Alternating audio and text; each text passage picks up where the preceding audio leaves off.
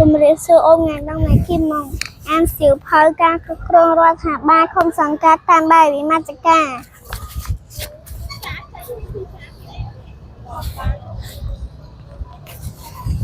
មួយចាត់6ទំនាក់ទំនងអន្តរជាតិ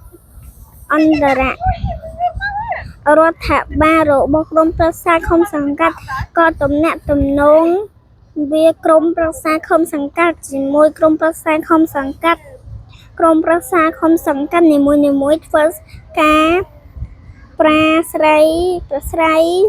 តាក់ទងចែករំលែកព័ត៌មាននិងពិគ្រោះយោបល់ជាមួយក្រុមប្រឹក្សាគុំសង្កាត់នានានៅក្នុងការគ្រប់គ្រងរដ្ឋាភិបាលគុំសង្កាត់របស់ខ្លួនក្រុមប្រឹក្សាគុំសង្កាត់នីមួយៗធ្វើកាត់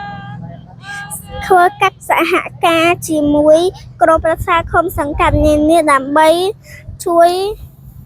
ឲ្យវិញ្ញាណថាមកចាតើអបណាអបកបអត់ចាំណានេះកន្លែងនេះស្អល់នេះជួយឧបត្ថម្ភជួយឧ